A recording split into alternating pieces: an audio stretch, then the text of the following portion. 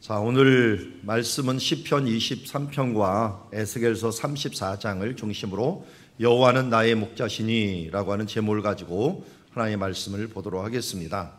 오늘 우리 성가대 찬양 제목이 뭐였죠? 사슴이 시냇물을 찾아 헤매듯이. 여러분, 사슴이 시냇물이 어디 있는지 모를까요? 잘 압니다. 그런데 왜 헤매는가 하는 것들을 사슴이 사는 장소를 보면서 알아야 돼요. 사슴이 이스라엘 사슴은 광야에 삽니다. 물론 이 숲에 사는 것들도 있지만 주로 사는 곳이 이런 광야입니다. 광야의 저 가운데 깊은 곳에 샘이 하나가 있습니다. 그런데 저 샘은 그야말로 그림의 떡입니다. 왜냐하면 저 샘 옆에는 맹수들이 기다리고 있기 때문에 저기 가서 먹었다가는 그냥 나 잡아잡수셔라고 하는 것과 똑같은 것입니다. 그러니까 저런 샘 말고 이 다른 샘들을 좀 찾아야 돼요. 그 중에 요 아래에 보면은 지금 사슴들이 보이는지 모르겠습니다. 믿음의 눈으로 보면 보이고 시력이 1.0 이상이면 보일 겁니다. 보입니까? 다 아멘으로 하는 거 보니까 믿음의 눈으로 본 것 같고, 시력이 좋은 분들은 저기 몇 마리 있습니까? 3마리입니까? 5마리입니까? 막 찍어요. 그냥 제가 보기에는 한 3마리 같아요. 3마리 정도가 저기서 지금 물을 찾아갖고 헤매는 모양을 보게 됩니다. 그래서 이 시냇가가 원래 항상 흐르는 게 아니고요, 겨울에 비가 올 때만 흘러요. 그러다 보니까 물이 고인 곳 이런 데를 좀 찾아가기도 하고, 시내가 지금 쑥 들어가 있지만 사실은 물이 안 흐르잖아요. 그러니까 물이 고인 곳 그런 부분들을 찾아 헤매는 이런 사슴들을 보게 됩니다. 양도 이와 비슷한 배경에서 여러분 생각해 보셔야 됩니다. 우리 광야 같은 곳에서 식사를 한번 한 적이 있습니다. 제가 사진을 찍느라고 제가 여기 없는데 그일라라고 하는 장소입니다. 아주 추억이 아주 진하게 나오는 장소 중에 하나인데, 여기서 렌트한 차를 잊어버려 버렸습니다. 그래갖고 한 230만 원 정도를 배상을 물어줬던, 렌트카에 물어줬던 일이 있었는데, 그 장소에서 제가 너무 행복하게 점심 식사를 하고 내려왔는데 차가 없어졌어요. 차가 없어지는 바람에 이 팔레스타인 이분 또 같이 있는 선교사님 두 분이 아랍어를 잘했습니다. 그래서 이 아랍 지역에 갔는데 없어진 거예요. 그래서 전화를 저는 이제 히브리어만 하고 아랍어를 못하니까 아랍 지역에 전화를 막 해갖고 경찰이 와갖고 그거 기다리고 또 경찰이 처리하는 기간 동안 한 반나절은 지난 것 같아요. 일이 워낙 느리니까. 그래도 물론 찾아도 다 허사였지만 어쨌든 이 기다리는 시간 참 지루한데, 하나님께서 이 시간에 그래도 조금 소득을 주셨어요. 이 영상이 여러분 한 250만 원짜리 영상이라고 생각하시고 한번 봐주시면 감사하겠습니다. 이 목자와 양떼와 제 호가 양견이라 그랬죠. 양견이 어떤 일을 하는가 하는 것들을 한번 이 동영상을 한번 보면서 여러분 감상을 해보시기 바랍니다. 자, 양이 앞장서 있고요. 목자가 앞장서 가면 대장 양이 앞장을 섭니다. 그러면 뒤에 따르는 양떼들이 그 대장 양을 바라보며 갑니다. 원래 대장 양 이 목에 방울이 달려 있어 가기도 하는데, 지금 양떼들이 줄을 져 갖고 쭉 가고 있는 모습을 보게 됩니다. 자, 그리고 저 뒤에도 여기는 이제 서쪽이라서 약간 골짜기가 있는 지역이죠. 더 위험해요. 그러다 보니까 양들이 줄 서서 가긴 하지만 옆으로 새는가 안 새는가를 잘 뒤에서 또 쳐다봅니다. 뒤에 앞에는 양이 있고 양견 개가 한 마리 있는데, 이 뒤에 개가 또 2마리가 따라와요. 그러면서 양을 몰아주고 있고, 그리고 이제 목동이 나무떼기 하나 갖고 있죠. 저런 거 갖고 양만 모는 게 아니라 주변에 또 해로운 짐승들이 있으면 막아주는 겁니다. 이 개를 한번 잘 보세요. 개가 없어지는 타다가 마지막으로 하나가 뒤늦게 오네요. 보고 이 개가 그냥 가질 않아요. 저를 딱 쳐다보면서 나중에 보면은 한번 노려보고, 여기 제가 지나가니까 노려보고 지금 보이지 않지만 한번 으르르르 하고서 갑니다. 따라오지 마세요 하면서 양을 지키는 모습을 봅니다. 양치기 개가 제가 목회자하고 비슷하다 그랬죠. 그래서 양들이 잘 갈 수 있도록 해주는데, 오랜만에 양떼들이 지나가는 걸 가까이서 볼 수 있었습니다. 그래서 양이 어떤 생리를 가지고 있는가 하는 것들, 제가 사진을 이렇게 찍었지만 사진도 많이 찍고 하면서 맨 처음 나왔던 화면도 이 사진을 찍었더니 그 일날에서 일어났던 것입니다. 그러니까 우리가 양이라고 하면은 우리 교회도 양이 있죠? 예. 양 보셨습니까? 예. 이렇게 눈 맞고 자라는 양은 거의 없습니다. 그리고 그리스에서 찍은 겁니다. 그리스 사도 바울이 지나갔다 나고는 암비볼리가 있는데요. 암비볼리 박물관에 갔다가 작년에 그 앞에 양떼를 보니까 이렇게 있더라고요.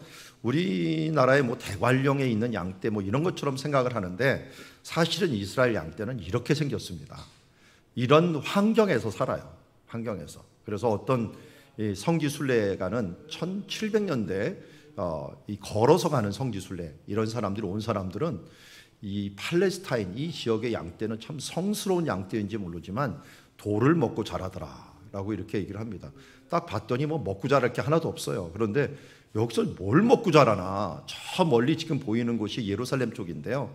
이런 광야에서 양떼를 쳤기 때문에 우리는 이게 오늘 시편 23편에 있는 배경을 이런 배경 하에서 우리가 말씀을 생각해야지 우리가 있는 좀 풍성한 뭐 숲이라든지 뭐 초지라든지 이런 것들을 생각하면 안 된다라는 것을 알 수가 있습니다. 그 이유가 뭐냐면 여기 지중해에서 불어오는 바람이 지금 빨간 지역에 있는 이스라엘 쪽으로 오게 되는데 이 지역으로 올 때는 비가 오는 시기가 정해져 있어요. 한 3개월 정도밖에 제대로 안 와요. 그러니까 한 11월, 1월, 2월 뭐 많아봤자 한 3월 정도까지 오게 되는데 그 외에는 비가 안 옵니다. 지중해성 기후에는. 그러니까 건기가 되면서 다 말라버려요. 그렇다고 이게 숲이 있는 지역에서는 양떼를 지키는 게 차라리 더 위험해요. 그래서 차라리 초지가 요 비 오는 시기에 이 우기에 간단히 형성되는 시기가 있어요. 그래서 앞에 보면은 지금 이 바다가 있는 쪽이 있고요. 바다가 있는 쪽이 있고 그리고 여기서 조금 보겠습니다.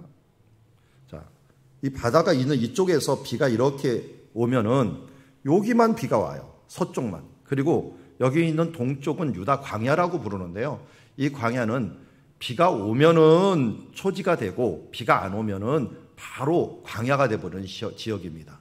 그런데 나무는 못 자라요. 왜냐하면 이쪽 동쪽에서 불어오는 바람이 아라비아 사막에서 오는 바람이기 때문에 항상 여름에는 이쪽을 하다 보니까 이쪽에 씨가 뿌려지더라도 나무가 그 10개월 가까이가 비가 안 오다 보니까 다 그냥 말라버리기 때문에 1년 초였던 풀만 났다가 죽고 풀만 났다 죽는 이런 지역이 되는 것을 보게 됩니다. 그래서 사진을 서쪽에서 한번 찍어봤어요. 예루살렘 성이 여기 있는 성전이 여기 있는데요. 서쪽에서 이렇게 바라보면 유다 광야가 이렇게 나옵니다. 광야. 그래서 감람산까지가 아주 경계선이에요. 경계선. 나무가 날 수 있는 경계선이고 감람선을 넘어갔고 베다니로 넘어가는 여기부터는 다 광야다. 비가 오는 게 아니라 비가 흩뿌리고 또 비가 오더라도 바람이 여름에 불어오면 모두 말라버리는. 그나마 서쪽은 좀 괜찮은 게 서쪽에는 바람이 불어오다가 이 광야 바람이 불어오다가 좀 막히기도 하고 서쪽에서는 이슬이 옵니다. 이슬이. 여름에는 이슬이 오기 때문에 어느 정도 살 수가 있는 거죠. 자, 그래서 양떼를 칠 때도 이런 곳에서 양떼를 치게 됩니다. 자, 다시 한번 시력을 발휘해갖고 양떼 보입니까? 예, 이번에 가까이 있는 사람은 보이고 뒤에 있는 분들은 안 보일 겁니다. 왜냐하면 화면 아래에 있기 때문에 그렇습니다. 확대를 해봅니다. 자, 이렇게 양떼가 있습니다. 자, 보십시오. 뭘 먹을 게 있습니까, 여기? 정말 이런 데서 어떻게 양떼를 칠 수 있겠느냐. 그런데 이게 반전이 일어나요. 여름에는 이랬다가요, 겨울에는 이렇게 돼버려요. 겨울에는. 그러니까 이 똑같은 지형을 찍었는데 어떨 때는 초지로 확 덮여버리고 어떨 때는 광야가 돼버리는 결과를 가져옵니다. 그런데 여름에는 어떻게 키우느냐? 이 풀이 죽어도 마릅니다. 마르니까 건초가 되는 거예요. 근데 양은 이게 눈이 안 좋아요. 그래서 이 건초인지 이게 흙인지 구분을 못해요. 그리고 기억력이 안 좋아갖고 어디에 풀이 났었는지도 기억을 못해요. 그래서 새로운 길을 갔다가는 집에 못 돌아와요. 옛날 길은 돌아와요. 그런데 새로운 길을 갔다가는 집에 못 돌아오는 동물 중에 하나예요. 이런 동물이다 보니까 광야에서 목자가 이 길을 안내를 해줘야 되고, 미리 목자가 기억을 했다가 어디가 초지였지, 말랐지만 거기에 분명히 초지가 있을 거야 하면서 그 길을 인도해 주는 일들을 바로 목자가 하는 그런 상황입니다. 그래서 목자가 굉장히 중요하고, 그리고 여기에 땡볕이 이제 여름에 되면은 그 양들도 너무 이 광야 같은 지형에서는 견디기가 힘들어요. 그래서 그늘이 있어야 돼요. 근데 이런 데서 무슨 그늘이 있겠습니까? 근데 의외로 광야는 깊은 골짜기가 많습니다. 깊은 골짜기가 있으면서 저희 그늘이 형성된 거 봤죠? 저 그늘, 요 속에 양들이 다 꾸역꾸역 들어가 있는 것을 보게 됩니다. 그래서 그런 곳에 피난처가 있습니다. 그래서 우리 시편 23편 찬양도 있지만, 서헌하신 목자 이렇게 찬양도 있잖아요. 그늘진 바위 옆 시원한데, 이런 게 광야에서 의외로 많이 형성이 되어 있는 것을 보게 됩니다. 자, 그런데 이제 오늘 말씀으로 들어가서 먼저 여호와는 나의 목자시니 내게 부족함이 없으리로다 라고 하는 이 말씀은, 그래서 이런 배경 하에서 생각을 해야 된다라고 합니다. 우리가 지금 하나님은 어떤 분인가 하는 하나님의 이름을 이제 우리 한 4주 전에, 5주 전이죠. 5주 전에 배웠습니다. 하나님은 여호와시다. 스스로 계신 분이다. 하나님은 우리의 주님, 더 로드다. 우리의 주님이 되신다라는 걸 두 개를 보았고, 오늘은 이제 여호와께서 우리의 목자가 되신다라고 합니다. 근데 왜 하나님을 왜 자꾸만 목자라고 표현했을까? 그것은 우리 상황에서 쳐다보면 안 되고요. 이스라엘에서 성경이 기록된 그 상황, 특별히 오늘 이 시는 누가 적은 거예요? 다윗이 적었잖아요. 그러니까 다윗이 바라본 목자를 이해를 해야 돼요. 다윗이 목자가 어떤 역할을 했는지를 잘 알고 있는 이 다윗이 여호와는 나의 목자다라고 하는 것들이 얼마나 자기에게 큰 의미인가를 잘 알고 있었기 때문에 여호와는 나의 목자다라고 얘기한 것입니다. 그래서 첫 번째로 이야기한 주제가 뭐냐면, 여호와께서 나의 목자 되시기 때문에 내게 부족함이 없다. 내게 부족함이 없다. 자, 과연 어떤 부족함이 없는 것일까요? 자, 앞에 한번 볼까요? 하나님께서 내게 목자가 되시니 첫 번째로 나를 푸른 풀밭에 누이신다라고 말합니다. 그리고 방금 얘기했지만 양은 푸른 풀밭이 어디 있는지 눈으로 봐도, 그것이 그쪽으로 간다고 하더라도 얼마 있다 풀이 말라버리면 눈이 안 좋아갖고 그곳이 어디 있는지 볼 수도 없고 기억력이 안 좋아갖고 갈 수도 없습니다. 그러니까 목자의 안내가 없이는 푸른 풀밭에 갈 수가 없는 것입니다. 이것을 동일하게 우리 가운데 적용시킨다면 우리가 먹고 사는 문제를 향하여 따라간다고 한들 우리가 앞에 있는 해안이 없어요. 아마 여러분 가운데 이 1시간만 앞일을 보는 사람이 있으면 아마 떼부자가 될 거예요. 아니면 그 사람 옆에만 있어도 이건 세상을 변화시키는 사람이 돼버릴 겁니다. 왜냐하면 1시간만 앞에 볼 수 있으면 얻을 게 얼마나 많습니까? 뭐 복권부터 시작을 해갖고 여러분 뭐 맨날 로또 하는데 1시간만 앞에 보면 어떻게 해요? 로또 다 맞춰버려. 그러면 한 10번만 맞추면 그 사람은 재벌급이 돼버릴 거예요. 앞을 바라볼 수 있으니까. 근데 우리는 1초 앞도 못 보고 우리가 바라보는 것도 시간 개념이나 우리들의 이 모든 판단력을 바라본다면 우리처럼 푸른 풀밭을 볼 수 있는 존재가 못 돼요. 그러니까 하나님께서 우리를 인도해 주셔야만이 갈 수 있는 것이 푸른 풀밭입니다. 먹을 수 있는 것, 이 부분들을 해결하는 것도 하나님이 하신다는 거예요. 그럼 물가는 어떤 것이냐? 자, 이런 데서 무슨 물가가 있겠습니까? 근데 물가를 한번 보죠. 물가가 어디 있는지. 자, 물가가 1차적으로 목자들이 만들어 놓은 물가가 있습니다. 그게 뭐냐면 여기 능선이 있는데 여기 담이 보이시나요? 이 담을 쌓아갖고 물이 흐르면 이쪽으로 흘러내려갖고 여기다 모이게 만듭니다. 모여갖고 그것을 깊은 이 골짜기 가운데 이것을 모아놔갖고 여기에서 물을 제공을 해줍니다. 뭐 이런 물은 당연히 뚜껑이 있죠. 아무나 못 엽니다. 왜냐하면 목자들이 1년 내내 모여갖고 그리고 또 오염되지 않게 그 웅덩이를 모아놓고서 그것을 주기 때문에 그렇습니다. 이게 이제 인공적으로 만들어 놓은 것이고요. 또 앞에서 우리가 보았듯이 물가가 진짜 있습니다. 샘이 여기에 쉴만한 물가라고 하는 물가가 진짜 있고 샘도 있습니다. 그런 곳으로도 목자가 인도를 해줍니다. 이런 부분들도 양들이 지속적으로 가보지 않는 한, 아니면 매일같이 가지 않는 한 이 부분들을 알 수도 없고요. 특별히 이 물은 목자가 떠줘야만이 먹을 수 있는 물이에요. 그러니까 목자 없이는 물가에 가도 물을 못 먹습니다. 광야기 때문에. 그래서 목자가 전적으로 공급해 주는 것을 가지고 먹을 수가 있는 거예요. 우리도 우리 힘으로 먹는 것 같지만 하나님께서 가장 걱정하셨던 부분들, 신명기 8장에서 이스라엘이 광야에서 가나안으로 들어가면 우려했던 생각이 뭐였냐면 내 힘으로 무엇을 얻었다 생각할까 하노라. 광야에서는 어떻게 했어요? 하나님께서 만나를 내려주시고 메추라기를 내려주시고 또 어떨 때는 바위를 쳐갖고 물을 주셨잖아요. 그러니까 사람들이 무슨 생각을 가졌냐면 하나님이 내려주신 걸로 내가 먹고 마신다라고 하는 생각을 분명히 가졌어요. 광야.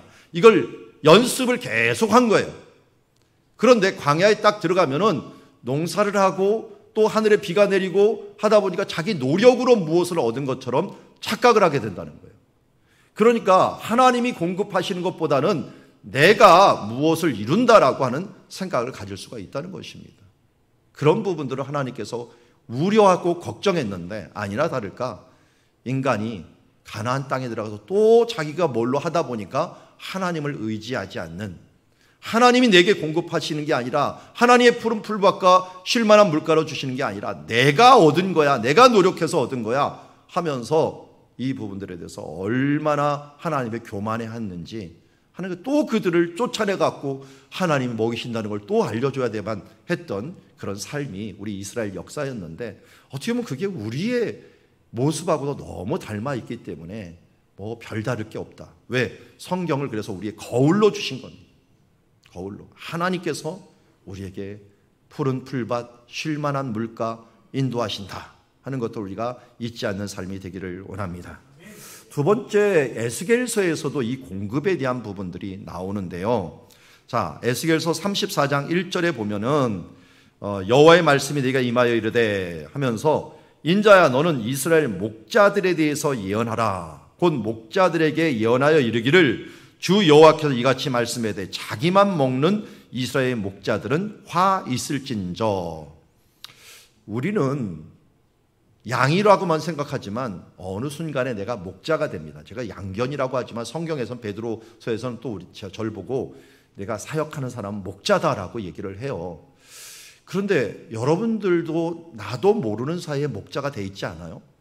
어느새 가족을 책임지고 있고 어느새 우리가 선배가 되어 있고 누군가 나를 따르는 그 다음 세대가 생기게 돼 있습니다. 그러다 보면 나도 모르게 내가 목자가 돼 있어요. 그럼 이 목자로서 그러면 어떻게 생활해야 되는가? 하나님을 우리가 본받는 자, 예수 그리스도를 본받는 자, 선한 목자 되신 예수를 본받는 자 되려면 어떤 식으로 나가야 되는가 또 중요하지만 어떤 것을 우리가 조심해야 되는가 하는 부분들을 여기서 말하고 있어요. 어떤 걸 조심해야 됩니까? 보았더니 이스라엘 목자들처럼 되는 걸 조심해야 됩니다. 그들은 어떻게 했습니까? 여호와께서 말씀하시되 자기만 먹는 이스라엘 목자들은 화 있을진저. 자기만 먹어요. 자기만 먹어. 3절에도 또 뭐예요? 양떼는 먹이지 않고 또 자기만 먹는 거예요. 4절에 보니까 연약한 자가 있습니다. 병든 자, 상한 자, 쫓기는 자, 잃어버린 자가 있는데 이 연약한 자를 강하게도 안 하고 고치지도 않고 싸매주지도 않고 돌아오게 하지도 않고 찾지도 않습니다.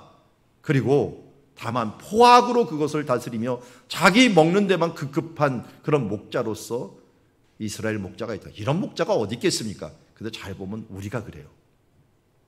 여러분, 예수 믿고 구원 받으셨습니까? 그러면 하나님께서 여러분들에게 맡겨준 양떼와 같은 자녀들 모두 예수 믿고 구원 받았습니까? 이 정도 말할 수 있으면 뿌듯할 겁니다. 그런데 정말 내 자녀들이 예수를 믿고 구원을 받았는가? 내가 먹었던 꼴처럼 우리 다음 세대들도 그렇게 간절하게 하나님의 말씀을 받고 있는가? 우리 현실은 어떻습니까? 어른들은 기독교율이 21%가 되는데 우리 청소년 아이들 3.4%, 청년들 2.19%입니다. 그러면 우리가 신앙 전수를 제대로 한 것 맞습니까? 지금 양떼를 제대로 먹인 거 맞습니까?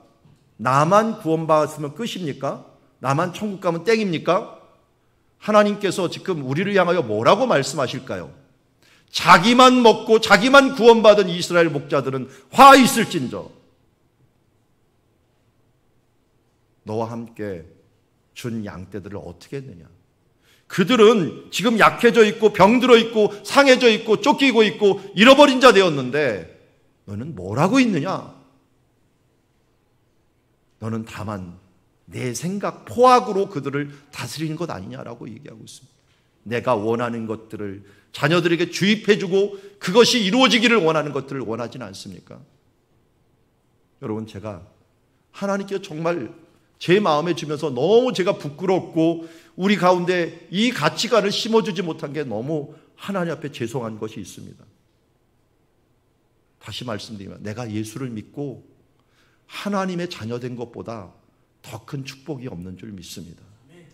여러분, 예수 믿고 구원받고 영생 얻은 이거보다 더 큰 축복이 없고 더 큰 은혜가 없는데 진짜 그렇게 여긴다면 이 은혜와 이 축복을 우리 다음 세대들에 반드시 전해줄 것이고 다른 집을 주거나 어떤 학업을 주거나 어떤 명예를 주는 것보다 권세를 주는 것보다 내가 믿은 이 신앙, 내가 믿는 이 예수 그리스도를 전해주는 일들에 내가 전심을 다하고 최선을 다하지 않겠습니까? 그런데 예수를 믿은 것이 하찮으니까 자녀들은 안 믿어도 학원 가도 되고 주일날 어떤 생활을 해도 되고 주일날 예배에 집중해야 되는 그 시간에 다른 걸로 진을 다 빼게 만들어버리고 이때는 그냥 액세서리인 양 교회에 나와서 그냥 참석하는 그런 신앙으로 우리가 변모를 시켰다면 그런 자들에게 오늘 이스라엘의 목자들은 화 있을진저 우리 부모들의 책임감을 느껴야 됩니다. 내가 소중히 여긴다면 우리 자녀들에게도 이 믿음에 대한 소중함을 전해줘야겠죠. 나만 예수 믿고 끝나는 삶들을 절대 하지 마시기 바랍니다. 내게 맡겨준 사람. 그래서 요새는 주 예수를 믿으라 너와 내 집이 구원 얻으리라 그런 말이 새롭게 들려요. 왜냐하면 주 예수를 너부터 제대로 믿어라. 그래야지 너와 내 집이 구원을 받는 거다. 내 집 구원이 그냥 이루어지는 게 아니다. 먼저 너다. 내가 정말 목자된 마음으로 그들을 위하여 목숨을 버려갖고 다윗이 물맷돌을 가지고 이 지팡이를 가지고 곰과 사자들과 씨름하면서 싸우면서 양을 지켰듯이 그렇게 지킨 사람이 그러다 보니까 이스라엘을 지키고 하나님의 나라를 지키는 사람이 되었던 것입니다. 나부터. 오늘 말씀에도 D6 내용이 뭡니까? 이 말씀을 내 마음에 새기고 마음에 새기질 않으니까 자녀한테 뭘 가르칠 게 있습니까? 여러분 자녀들이 딱 나왔고 아니 복음 얘기하는데 복음이 뭐예요? 그러면 여러분 설명할 사람 몇 사람 됐습니까? 우리가 제자훈련을 받고 하는 이유가 뭡니까? 내가 예수를 믿었는데 예수님을 믿는 복음이 대체 뭔가 누군가 툭 쳐도 이 말씀이 복음에 대해서 나오고 그리고 무슨 질문을 하더라도 내가 묵상했던 그 부분들이 툭툭 튀어나오면서 은혜가 흘러내는 축복의 통로, 은혜의 통로, 말씀의 통로가 우리가 돼야 되지 않겠습니까? 꽉 막혀있는 우리의 축복의 통로, 꽉 막혀있는 말씀의 통로 가운데 우리만 믿으면 끝나지라고 하는 이 신앙으로 신앙의 바통이 이어지지 못하여서 이 믿음의 경주가 계속되지 못함으로 하나님 마음을 아프게 하면서 우리가 주님 앞에 가갖고 이 악하고 게으른 종아 내가 너에게 여호와의 기업을 맡겨놨더니 뭐하고 왔느냐라고 말하면 너만 구원받으면 끝이냐라고 말하면 우리가 무슨 낯으로 주님의 얼굴을 뵙겠습니까? 그냥 나 구원받으면 끝이지라고 하는 것이 그 사랑 많은 하나님의 나라에서 얼마나 영원토록 부끄러움을 당하려고 하십니까? 여러분 이제 자녀들 다음 세대를 위하여 목숨을 걸어주십시오. 그냥 그들의 세상적으로 성공하는 거 말고 영원 구원을 위해서 목숨을 걸어주시고 이들을 위하여 지속적으로 기도해 주십시오. 하박국은 너무 어려운 시대에 살았습니다. 정의가 실현되지 않는 시대였습니다. 악한 자들이 판을 치는 시대였습니다. 하나님 앞에 기도를 했습니다. 하나님, 이 악한 자들이 판치는 세상을 왜 하나님은 방관하고 있는 것입니까? 그랬더니 하나님께서 내가 바벨론을 데려다가 전쟁으로 이들을 쳐버릴 것이다. 그런데 하박국이 더 불만에 쳤습니다. 아니, 저 바벨론은 더 악한데요. 악한 자가 그나마 조금 의로운 자를 치는 것도 이게 말이 됩니까? 그랬더니 하나님께서 하박국서 2장 4절에 주시는 말씀, 일단 의인은 믿음으로 살아라. 그들은 방망이로 그를 회초리로 쓰지만 너희들은 단련해서 내가 하나님의 나라로 다시 세울 것이다. 그러니 너는 믿음으로 살아라. 그 뒤에 노래한 말이 바로 이 말입니다. 믿음으로 살겠다고 다짐한 그 삶 속에는 무화과 나뭇잎이 무성하지 못하다. 이 봄에 일어나는 일입니다. 봄에 그나마 허기가 지면 무화과 나무에 잎사귀가 나면서 열매가 열리기 때문에 그것을 먹을 수 있었는데 그게 아예 가뭄이 일어났고 아예 없는 겁니다. 봄에 먹을 게 없습니다. 여름에 포도 열매를 이스라엘은 배고프면 누구나 들어가서 포도 열매를 따먹을 수가 있었어요. 당분을 섭취할 수도 있었어요. 그거 가지고 사람들이 뭐라 그러지 않았습니다. 그런데 들어갈 포도나무에 열매가 없어요. 여름에 아무것도 없습니다. 가을에는 그나마 이제 소출이 있어 감람나무 올리브에 소출이 있으면서 그걸 갖다가 발효시켜도 먹고 반찬으로도 먹고 하는데 이 열매도 안 열렸어요. 겨울에는 우기기 때문에 밀과 보리를 뿌려갖고 나는 거예요. 아니 돌보리 같은 거는 안 뿌려도 나요. 제가 가보니까 그냥 들판에 돌보리가 있어 비벼갖고 먹으면 그나마 허기를 채울 수가 있어요. 그런데 그것도 없어요. 봄, 여름, 가을, 겨울 아무것도 먹을 것이 없고 땅에 소망이 없어요. 그러면 계절 안타는 좀 양으로 가볼까? 양도 없어요. 그러면 소도 없어요. 그러면 아무것도 없네요. 이런 상황에서도 하박국은 믿음을 가지니 내가 여호와로 인하여 여호와로 말미암아 즐거워하리라 찬양을 합니다. 여호와가 나의 목자 되시는 그거 하나만으로 내게는 부족함이 없습니다. 아니 부족함이 없는 게 아니라 그것 때문에 내가 즐거워하겠습니다. 나의 구원의 하나님, 소망의 하나님, 이제 내가 믿음으로 지금은 없지만 이미 올 하나님의 정의의 나라를 바라보면서 그로 말미암아 내가 기뻐하겠습니다. 그러면서 여호와는 나의 힘이 되십니다. 나의 발을 이제는 사슴과 같이 해주시길 바랍니다. 여러분 사슴 한번 보십시오. 엔게디라는 곳에서 사슴을 찍었는데 이 사슴이 위에도 있고 저 밑에도 있는데요. 이 사슴이 절벽을 뛰어다닙니다. 이 절벽 지금 뛰고 있는 모습인데 얼마나 잘 뛰는지요. 그 절벽을 아주 하나님이 주신 특별한 능력을 가지고 그 발로 안전한 것을 탁탁 튀면서 가니까 들짐승 맹수도 사슴은 못 잡습니다. 그 발이 하나님이 주신 안전한 곳을 정확히 딛기 때문에 그렇습니다. 그래서 하박국은 하나님 이런 소망이 없는 시대이지만 내가 여호와를 의지하고 여호와를 믿으니 나의 발을 사슴과 같이 하사 나로 나의 높은 곳에 뛰어다닐 수 있도록 하나님 은혜 베풀어 주시옵소서 기도하는 모습을 봅니다. 이게 바로 여호와는 나의 목자시니 내게 부족함이 없으리로다 하는 신앙 고백이라고 할 수 있습니다. 여러분 여호와가 나의 목자 되심을 믿습니까? 여호와로 인하여 즐거워하시겠습니까? 이제 내가 예수를 믿고 하나님의 백성, 하나님의 자녀가 된 것을 최고의 신분 상승으로 믿으시겠습니까? 금수저, 은수저 다 필요 없습니다. 우리는 영원한 수저를 받은 사람들입니다.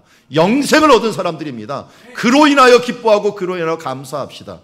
꿀리지 맙시다. 쫄지 맙시다. 이 세상에서 부러워하지 맙시다. 내가 예수를 믿고 하나님의 자녀가 되고 영생을 얻은 하나님의 자녀가 된 것, 이거보다 더 큰 축복이 없고 더 큰 신분 상승이 없다는 것을 알고 이로 인하여 기뻐하고 감사하는 삶을 살아가는 우리들 되기를 원합니다. 여러분, 뭘 얻기 위해서 애달복걸하지 마시기 바랍니다. 질그릇 같은 우리 가운데 우리 온 세계를 다 주고도 바꿀 수 없는 예수 그리스도가 우리 안에 계십니다. 그의 영이 나와 함께 계십니다. 우리가 질그릇의 보배를 받았습니다. 무엇이 더 있고 무엇을 더 우리가 소원하며 나아갈 수 있겠습니다. 주님, 이제 내가 품었사오니, 이 품고 받았사오니 이것으로 만족하며 기뻐하며 하나님을 찬양하는 삶, 기뻐하는 삶, 감사하는 삶으로 내가 나가겠습니다 하는 신앙으로 우리가 나가기를 주의 이름으로 축원합니다. 이것이 바로 우리가 부족함이 없다. 지금 세대가 너무나도 부족함을 많이 느끼는 세대예요. 우리 서론에도 얘기했지만 지금 이 직업을 포기하고, 직업을 아예 안 찾고 포기하고 있는 청년이 우리나라에서 50만 명이나 됩니다. 50만 명이 그냥 모든 것을 포기하고 있고요. 이러다 보니까 청소년부터 시작해 청년 자살률이 OECD, 우리 선진국이라고 했는데요, 거기에 제일 많을 정도가 아니라 더블입니다. 더블을 넘습니다. 왜 우리나라가 이런 나라가 돼버렸습니까? 더 잘 먹고 잘 살고 물질적으로는 부족함이 없는데 왜 이런 나라가 돼버렸습니까? 우리 가치관이 다 망가졌기 때문에 그렇습니다.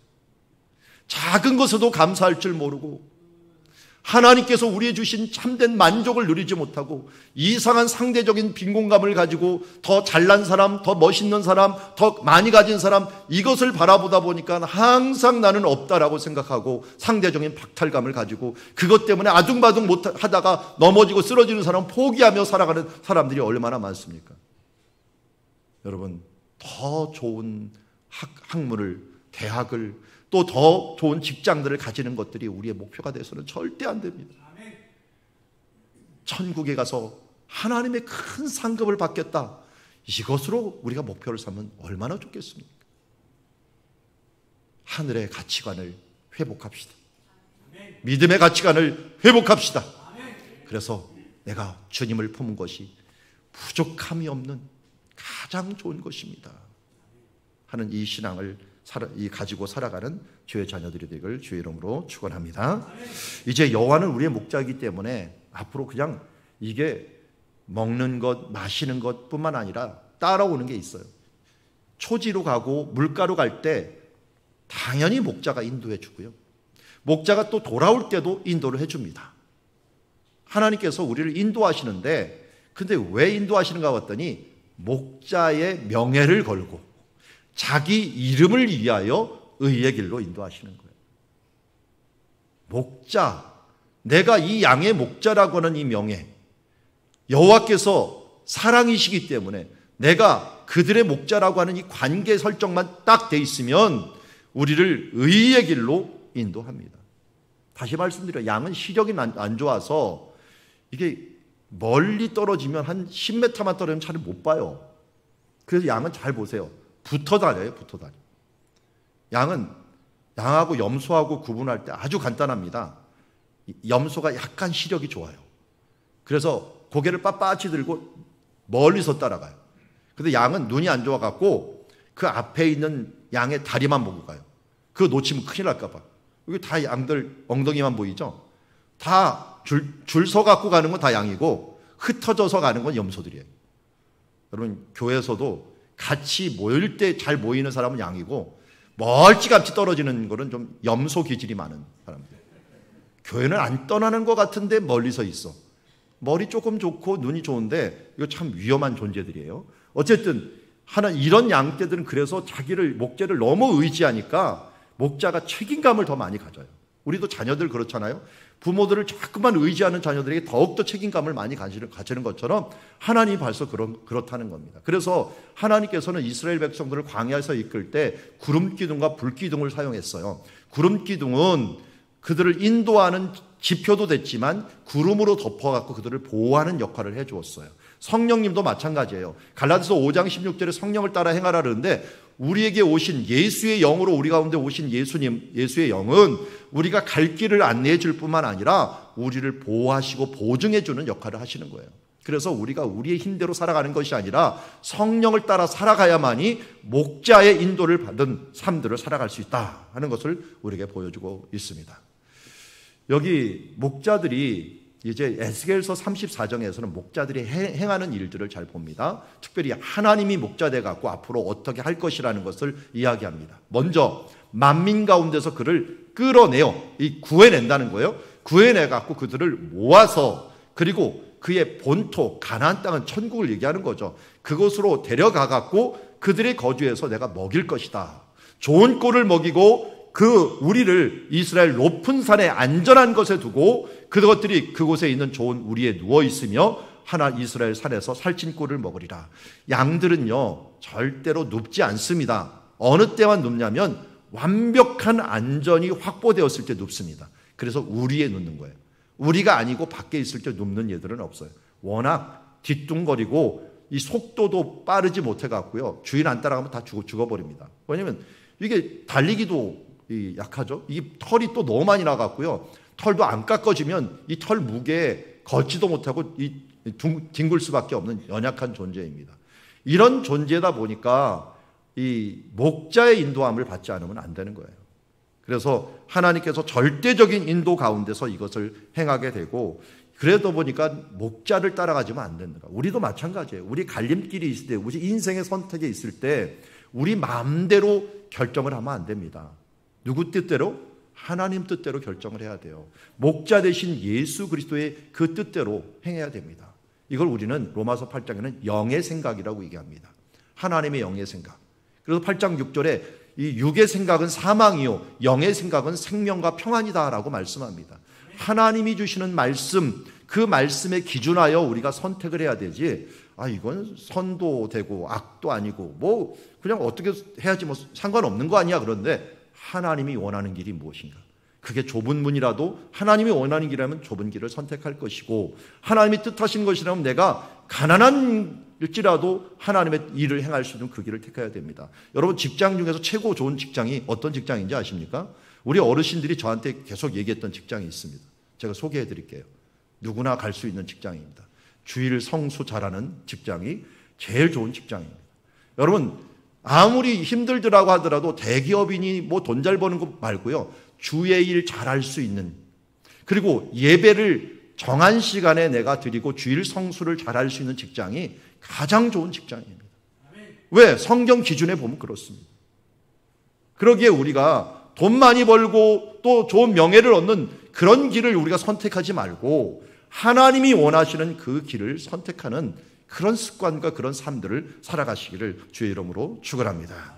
그래서 정말 우리의 삶 속에서 하나님을 따르고 인도하는 삶, 이런 삶의 이정표가 하나님의 말씀이 되고, 그리고 우리를 경고하는 경고등도 하나님의 말씀이 되어야 될 것입니다. 저도 말씀이 매주마다 오기도 하고 매일 오기도 하고, 또 내 평생에 경고되는 말씀, 또 내 평생에 이정표가 같은 말씀이 있어요. 제가 설교 때 너무 많이 얘기해갖고 이걸 또 얘기할 필요는 없을 것 같은데, 그래도 오늘 새로 오신 분이 있기 때문에 말씀을 드리면, 로마서 8장 28절이 제 이정표와 같은 말씀입니다. 하나님을 사랑하는 자, 곧 그 뜻대로 부르심을 입은 자들에게는 모든 것이 합력하여 선을 이룬다. 이 말씀이 제 마음에 찾아온 뒤에는 감사할 것밖에 없다고요. 합력해서 선을 이룬다라고 하는 이 말씀이 있는 한은 제가 실망하고 좌절할 것이 없더라고요.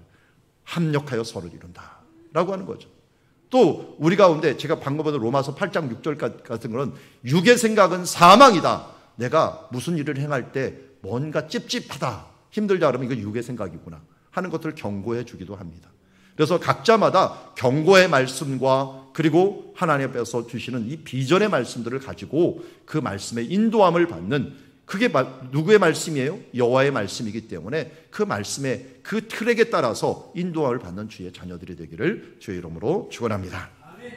세 번째로, 여호와가 우리의 목자이기 때문에 어떤 일이 벌어지시냐? 우리를 위로하시고 보호해 주십니다. 보호해 주십니다. 사망의 음침한 골짜기, 이 말이 왜 나왔냐면 이 광야가 평평한 게 아니에요. 물이 있는 것은 골짜기에 있어요. 이런 골짜기에 있다는 거예요. 이런 골짜기에 물이 있다 보니까 물을 먹으러 나 혼자 내려가면 끝장입니다. 여기 맹수들이 있기 때문에 반드시 목자와 함께 내려가야 됩니다. 그러면 저기 오른쪽에 모서리에 있는 물처럼 샘물이 솟아나갖고 저렇게 오아시스처럼 있는 모습을 보게 되고, 그러다 보니까 수도원들도 저렇게 생긴 것을 보게 됩니다. 근데 여기서 제가 2007년이었죠. 좀 오래되긴 했는데 이걸 이 지역 사진을 찍고 있는데 참 안타까운 사진 하나 더 찍게 되었어요. 이 왼쪽 부분 저는 여기 서 있었고 이쪽에 이 양떼들과 염소떼들이 있는 거예요. 있는데 여기 목자도 여기 있었어요. 낙이 타고 있더라고요. 그런데 요 아래 요 사진입니다. 염소 하나가 여기를 건너가는데 목자 못 따라가고 길을 잃어버린 거예요. 매매하고서 여기서 있는데 목자가 너무 멀어서 보지도 못하고 이게 잔머리 쓰다가 결국 목자를 놓쳐버린 거예요. 여기 깊은 굴이 있죠. 이런 굴에는 반드시 누가 있냐면 이런 게 있습니다. 표범, 하이에나, 지금도 있어요. 지금도 있어갖고 길 잃어버린 염소나 양떼는 완전히 밥입니다. 목자가 없으니까요. 왜냐하면 목자가 있으면 이 들짐승들이 딱 맹수가 봤다가 목자를 봅니다. 여기 목자가 울고, 이 목자가 또 사진도 제가 잘 찍었어요. 그러니까 막 소리를 지르고 있어요. 그래서 소리를 지르고 있는데 물론 양에게 지르는 건겠죠. 이 맹수한테 지르는 건 아니겠지만 이 지팡이 같은 넓은 게 있고요. 요 왼손에는 막대기 같은 짧은 게 있어요. 그래서 이 근접전 그리고 멀리 있을 때 하고 또 옆에는 물맷돌을 들고 있어요. 그리고 너무 멀리 있으면 물맷돌을 던지기도 하고 어떨 때는 이 막대기로 치기도 하고 어떤 지팡이로 치기도 하면서 무장을 하고 다닙니다. 목자들이 원래. 무장을 하는데 이런 맹수들이 목자를 딱 보고 만만한 목자인가 사꾼인가 아니면 진짜 목자인가를 알아요. 한번 직접 거려봅니다. 근데 이 목자가 목숨 걸고 딱 선다 그러면 도망가 버려요. 그 다음 뭐 직접 하는데 뭐 도망간다 이게 사꾼이구나 그러면 양떼 다 잡아먹는 거죠. 사망의 음침한 골짜기로 다닐 수밖에 없는 그 상황, 거기에 물이 있기 때문에.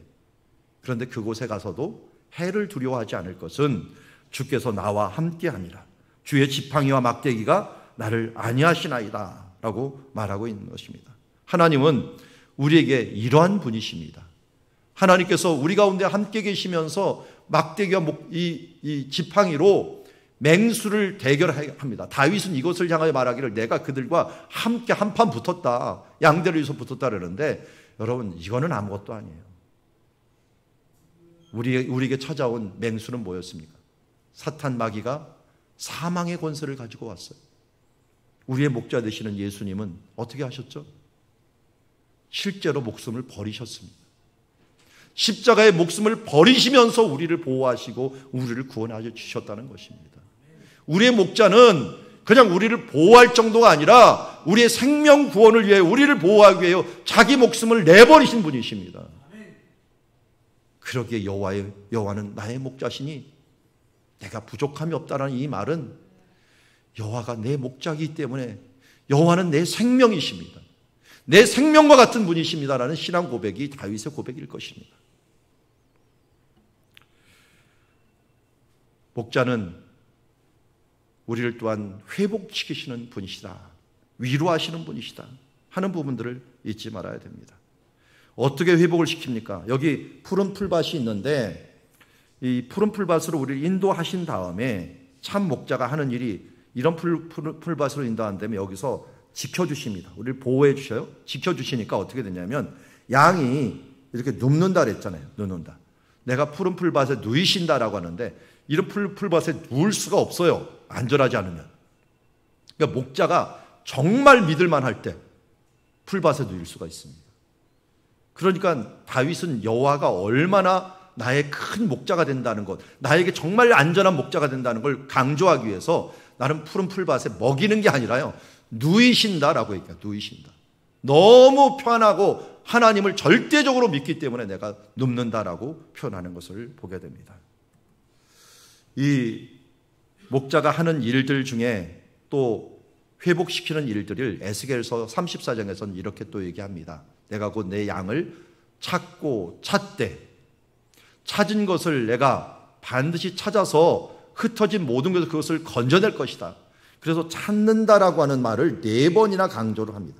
찾아갖고 그거를 건져내고 돌아오게 하며 싸매주며 강하게 하고 정의대로 그것을 먹일 것이다. 그전에는 어떻게 했어요? 그전에는 이 잃어버린 자, 쫓기는 자, 상한 자, 병든 자, 이런 자들을 사꾼 목자들은 이스라엘 목자들은 어떻게 보면 다 방치하고 자기 먹기에만 급급했는데 이번에는 우리 예수 그리스도 되시는 이 목자가 어떻게 하신다고 했습니다. 이 모든 것을 다 싸매 주시고 행해 주신다고 말씀하시는 것을 보게 됩니다. 그래서 오늘 말씀에 보면 5절에 보면 내가 원수의 목전에서 내게 멋진 상을, 융숭한 대접의 상을 베풀어 주신다는 겁니다. 그리고 거기다가 내게 기름까지 부어주시는 거예요. 이 기름을 부은다는 것은 의미가 큽니다. 지금 양들이 돌아오고 있는데요. 여기 머리가 보면 머리에만 털이 없어요. 털이 없는데 다른 데는 차라리 털이 있으니까 가시에 이렇게 찔려도 괜찮아요.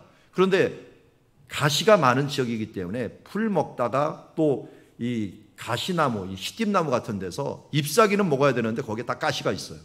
그 먹다 보면 가시에 찔리고 하면서 이 얼굴이 막 상한 일들이 발생을 하게 됩니다. 그걸 잘 보고 목자들이 우리에 들어갈 때 기름을 딱 들고 있다가 그래갖고 상처를 좀 치료하고 기름을 싹 부어줘갖고 덧나지 않게 해줍니다. 이게 치료하는 행위예요. 우리를 정말 관심을 가지고 있다가 우리의 상한 심령들을 치료하시기 위해서 기름을 붓는 부분들. 그러다 보니까 지금 마음에 이 잔이 넘친다라고 하는 표현이고, 그러다 보니까 내 평생의 선하심, 당신의 그 선하심과 그 인자하심, 그 자비로움이 반드시 나를 따르니 내가 여호와의 집, 그 양 우리가 여호와의 집으로 여겨지는 거예요. 내가 여호와의 집에 영원히 살았으면 좋겠습니다. 앞으로 그렇게 살겠습니다 하면서 고백하면서 주를 따라가는 것을 보게 됩니다. 오늘 성경 마태복음 1장 23절에는 이러한 예수님을 어떤 부분으로 우리에게 말씀했냐면 임마누엘이라고 얘기했습니다. 여기 성경 말씀에 이 평생 나를 따르리니라고 하는 말이 있죠. 따르리니라는 말을 그 히브리 원어를 찾아봤더니요, 이 따르리니라는 게 추적한다는 뜻이에요. 너를 추격한다. 하나님이요, 그 인자하심과 자비하심, 선하심이 나를 추격한다는 거예요. 나를 막 내가 도망가는데도 따라온다는 거예요. 아, 난 가만히 있었는데 하나님이 축복을 그냥 부어주시네. 이거 비슷한 거지만, 아니 내가 하나님 좀 안 하면 안 돼요? 라고 자꾸만 피하는데도 계속 하나님 따라와 갖고 하나님 나를 부어주신, 은혜를 부어주심으로 할 수 없이 그 가운데서 충만함으로 나 같은, 나는 원하지도 않았는데 왜 이렇게 기쁜 은혜를 주시지 할 정도로 이 따라오신다는, 그게 어디서부터 나냐면 임마누엘부터 나오는 거예요. 우리는 죄 가운데 있는데 예수님께서 이 땅에 그냥 찾아오신 거예요. 하나님이 찾아오셔갖고 우리와 함께 하시는 거예요. 그러면서 찾아오셔갖고 내가 너의 선한 목자다 하면서 길 잃어버렸던 우리의 양들, 떠났던 양들, 병든 우리들에게 직접 찾아오신 거예요. 찾아와갖고 양들을 위하여 직접 목숨을 버리기까지 우리를 구원해 주신 것입니다. 그분이 바로 우리 하나님 여호와시고 우리 예수님, 선한 목자 되신 예수님이시다는 것입니다. 오늘 말씀을 정리하면 이렇습니다. 목자는 공급을 해줍니다. 푸른 풀밭, 물, 그리고 우리를 정말 쉴만한 물가로 인도해 주시기도 하고요. 우리를 보호해 주시고, 보호해 주시는 것 끝나지 않고 회복시키는 역사까지 가는 것을 보게 됩니다. 이런 의미에서 여호와는 나의 목자시니 내게 부족함이 없으리다 라고 하는 말은 내 평생에 아무 부족함이 없이 여호와는 나의 생명과 같은 존재입니다 라고 하는 고백을 하는 것입니다. 우리 지난주 금요일 날 로마서 8장을 보았지만 이 마음이 점여드렸던 사도 바울이 외쳤던 말이 로마서 8장이고 그 끝부분이에요. 하나님이 나를 위하시는 목자가 되시는데 누가 나를 대적하리요? 그분은 자기 아들을 아끼지 아니하시고 우리 모든 사람을 위하여 내어주시니까 어찌 그 아들과 함께 우리가 구하는 모든 것을 주시지 않겠느냐 외칩니다. 그리고 누가 감히 택하신 자들을 고발하고 누가 우리를 정죄할 수 있겠느냐? 의롭다 하시니 하나님이시고 죽으실 뿐만 아니라 다시 살아나실 것 같고 하늘에 승천하셔 갖고 하나님 우편에 계시면서 우리를 위해서 지금 뭐하고 계세요? 간구하시는 그 예수님이 우리 가운데 계시는 목자신데 누가 우리를 정죄하겠느냐? 누가 우리를 그리스도 사랑에서 끊을 수 있겠느냐? 우리는 그 사랑하시로 말미암아 우리가 넉넉히 이기고 우리 주 그리스도 예수 안에 있는 하나님의 사랑에서 끊을 사람이 아무도 없도다 하면서 외치면서 너무 감격에 차갖고 누가 감히 누가 하나님의 사랑에서 끊고 감히 누가 우리를 정죄하고 감히 누가 우리를 대적할 것이냐 하면서 나아갔던 이 여호와는 나의 목자된 신앙, 내게 정말 부족함이 없다는 이 신앙으로 사도 바울처럼 우리 사랑누리 가족도 모두 무장되는 그 주님의 자녀들이 되기를, 주님의 양들이 되기를 주의 이름으로 축원합니다. 기도하겠습니다. 하나님 아버지, 여호와는 나의 목자 되심을 믿습니다. 여호와는 내게 부족함이 없음을 믿습니다. 주님, 말로만 믿지 말고 우리의 삶으로 고백하며 나가기를 원합니다. 이제 여호와의 목자됨이 너무나도 감격하고 감격스러워서 주님 기뻐하며 춤추며 뛰며 사슴과 같이 그 험한 산길에서 뛰며 하나님을 찬양하며 여호와로 인하여 기뻐하고 나를 구원하시는 일을 인하여 즐거워하는 삶들을 살아갈 수 있는 우리들 되게 하여 주시옵소서. 그래요, 사탄 마귀가 우리 가운데 우울감을 주고 우리 가운데 부족함을 자꾸만 알려줄 때 우리는 외칩니다. 누가 우리를 대적하리요? 누가 하나님을 택하신 자를 고발하리요? 누가 나를 정죄하리요? 누가 나를 그리스도의 사랑에서 끊으리요? 하나님의 십자가의 사랑, 지금 보좌 위에서 구원하는 그 하나님의 사랑, 주님, 우리를 끈끈이 묶어주는 이 사랑을 끊을 자가 없고 하나님의 자녀되어 하나님의 양이 되어 우리가 살아가는 것들로 감사하며 찬양하며 살아가는 우리들 모두 되게 하여 주시옵소서. 예수님의 이름으로 기도드리옵나이다. 아멘. 이제는 우리 주 예수 그리스도의 은혜와 하나님 아버지의 극진하신 사랑과 성령의 교통하심이 오늘도 여호와를 나의 목자 삼으니 정말 내게 부족함이 없도다 고백한 다윗의 그 고백이 나의 고백으로 받아들이는 우리 사랑누리 가족들 위해 이제로부터 영원토록 함께 계실지어다. 아멘.